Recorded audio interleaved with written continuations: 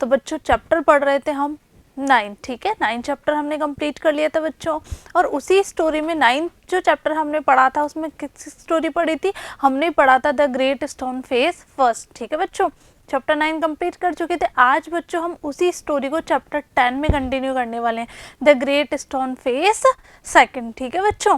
तो हमारी स्टोरी के राइटर कौन है, नाथनियल हॉथरन।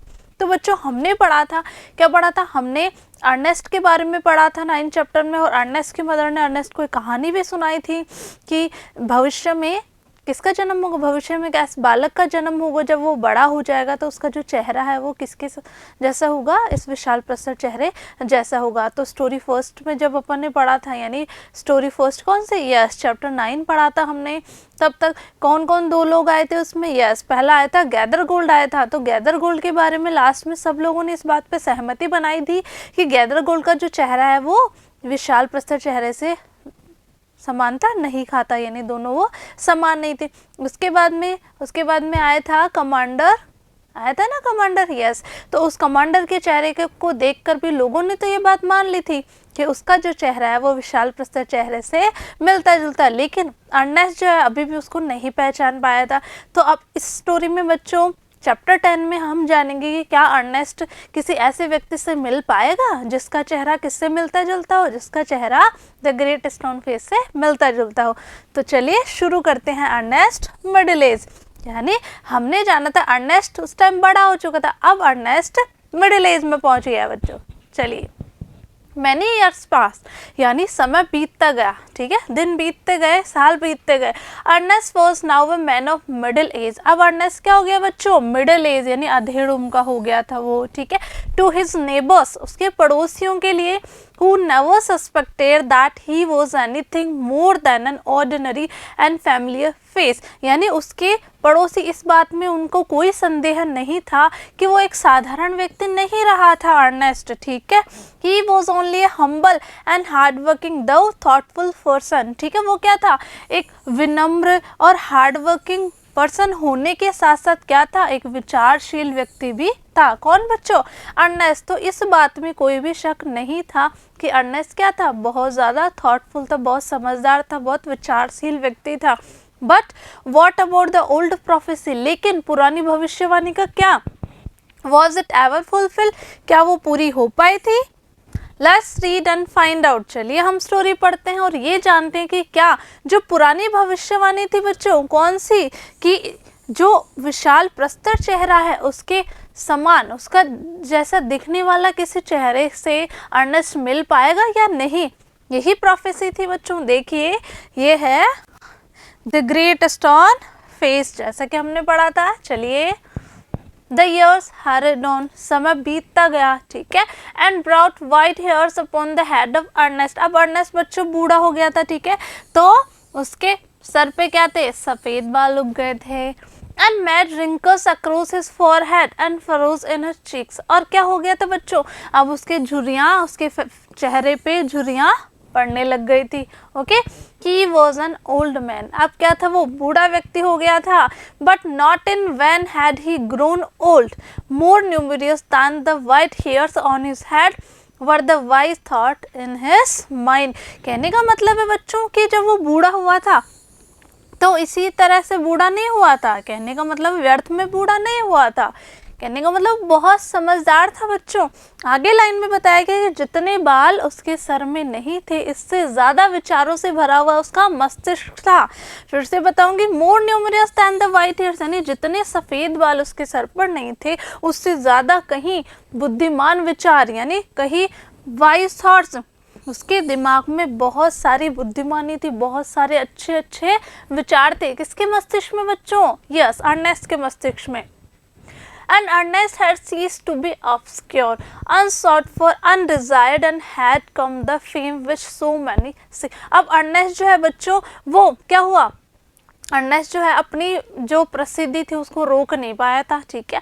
unsought for, undesired, had come the fame which so many see, उसके पास यानी जो लोग चाहते हैं, जो लोग प्रसिद्ध होना चाहते हैं, ठीक है, जो लोग बहुत ज़्यादा फेमस होना चाहते हैं, अर्नेस्ट नहीं होना चाहता था, उसकी ऐसी कोई इच्छा नहीं थी, लेकिन फिर भी क्या हो गया, वो फेमस हो गया था बच्चों। उसके पास क्या आ गई थी, प्रसिद्धि आ गई थी। He had become famous beyond the limits of the valley, वो घाटी से भी परे क्या हो गया था बच्चों, बहुत ज़्यादा फेमस अब हो चुका था। कौन, अर्नेस्ट के बारे में हम बच्चों यहाँ पे पढ़ रहे हैं, ठीक है। College professor and even the active man of cities came from far to see and converse with Ernest. अब जो कॉलेज प्रोफेसर हुआ करते हैं, ठीक है, कॉलेज प्रोफेसर और जो भी सिटी के जो भी और व्यक्ति थे बच्चों, उसके पास आया करते थे, क्यों, उससे बात करने के लिए, ठीक है। And he receive them with gentle sincerity, और वो उनसे कैसे मिला करता, वो उनसे बहुत ही अच्छे से मिला करता था, यानी बहुत ही विनम्रता के साथ उससे मिला करता। and spoke freely with them of whatever came uppermost or lay deepest in his heart or their own, ठीक है। और उनसे बहुत अच्छे से बात किया करता और बहुत अच्छे से उनको अच्छी अच्छी बातें बताया करता, ठीक है। While they talked together, जब वो साथ में बातें किया करते थे, his face would brighten unawares and shine upon them as with the mild evening light। जब बच्चों वो उनसे बातें किया करता था तो उसका जो चेहरा था वो बहुत ज़्यादा चमका करता था, ठीक है, उसके फेस पे बहुत ज़्यादा ब्राइटनेस हुआ करती थी। किसकी बात कर रहे हैं हम यहाँ पे, अर्नेस्ट के बारे में बात कर रहे हैं बच्चों। While Ernest had been growing old, अब अर्नेस्ट और ज़्यादा बूढ़ा होता चला गया था बच्चों। God had granted a new poet to this earth, जब अर्नेस्ट और भी ज़्यादा बूढ़ा हो गया था तो इस पृथ्वी को भगवान ने क्या दिया, एक पोइट दिया था बच्चों। He too was the native of the valley, और वो इसी वैली का, इसी घाटी का निवासी हुआ करता था। But had spend the greater part of his life in distant cities, लेकिन उसने अपने जीवन का क्या किया था, ग्रेटर पार्ट यानी अपने जीवन का एक बड़ा हिस्सा कहाँ बिताया था, दूर शहर में बिताया था। Pouring out his sweet music everywhere, और सब जगह उसने अपना मधुर म्यूजिक, अपना मधुर संगीत क्या किया, उड़ेलता गया वो। Neither was the great stone face forgotten, ना ही तो वो विशाल चेहरा भुलाया गया था। For the poet had celebrated it in a poem, क्योंकि पोएम में क्या किया गया, उसको ख्याति प्रदान की गई थी। The songs of this poet found their way to Ernest, अब इस पोइट के जो गाने थे बच्चों, ठीक है, जो संगीत था उसने अर्नेस्ट तक पहुंचने का अपना रास्ता बना लिया था। He read them after his customary toil, seated on the bench before his cottage door। अब क्या किया, अब वो क्या करता था, किसने, अर्नेस्ट क्या करता, अपने पूरे दिन का जब काम उसका खत्म हो जाया करता तो वो कहाँ बैठ जाता, अपने कॉटेज के डोर के पास, अपने कुटिया के दरवाजे के पास बैठा जा करता और क्या किया करता, वो पढ़ा करता। As he read he lifted his eyes to the mountain, और जैसे ही वो पढ़ता उसने अपनी आंखें उठा के वो किसकी तरफ देखा करता, माउंटेन की तरफ देखा करता। आगे जानते हैं बच्चों, O great stone face he said, Ernest बोला, अर्नेस्ट ने क्या कहा कि हे विशाल प्रस्तर चेहरे, is not this man worthy to be your likeness, कि क्या यह व्यक्ति आपके फेस की, यानी आपके जो चेहरा है, ठीक है, उसके समरूपता रखने के लायक नहीं है, क्या उसके योग्य नहीं है। लाइकनेस यानी उसका और उसका चेहरा मिलता जुलता होना। यानी अर्नेस्ट किसके बारे में पढ़ रहे हैं, अर्नेस्ट पोइट की क्या पढ़ रहे हैं, पोएम पढ़ रहे हैं, तो उसकी तरफ देख के, किसकी तरफ, विशाल प्रस्तर चेहरे की तरफ अर्नेस्ट देखते हैं और कहते हैं कि क्या ये इसके लायक नहीं, क्या इसके योग्य नहीं है। The face seemed to smile, ऐसा प्रतीत हुआ कि चेहरा मुस्कुराया, but did not answer, लेकिन चेहरे ने कोई भी आंसर नहीं दिया। Now it happened that the poet though he lived so far away, अब बच्चों कुछ ऐसा हुआ कि हालांकि वो जो पोइट है, ठीक है, though he lived so far away, हालांकि वो बहुत दूर रहा करता था, had not only heard of Ernest but had thought much about his character and wished to meet this man। अब बच्चों ना केवल उसने अर्नेस्ट के विचारों के बारे में सुन रखा था, बल्कि उसके कैरेक्टर, उसके सब बारे में उसको जानता था। कहने का मतलब है बच्चों कि पोइट जो था वो बहुत दूर रहा करता था, किससे, अर्नेस्ट से थे, लेकिन उसने अर्नेस्ट के बारे में बहुत कुछ सुन रखा था बच्चों, वो कैसा है उसके बारे में सब कुछ जानता था वो। And wish to meet this man, और अब उसकी ये इच्छा थी कि वो उससे मिल ले, ठीक है, पोइट की क्या इच्छा थी, वो अर्नेस्ट से मिलना चाहता था।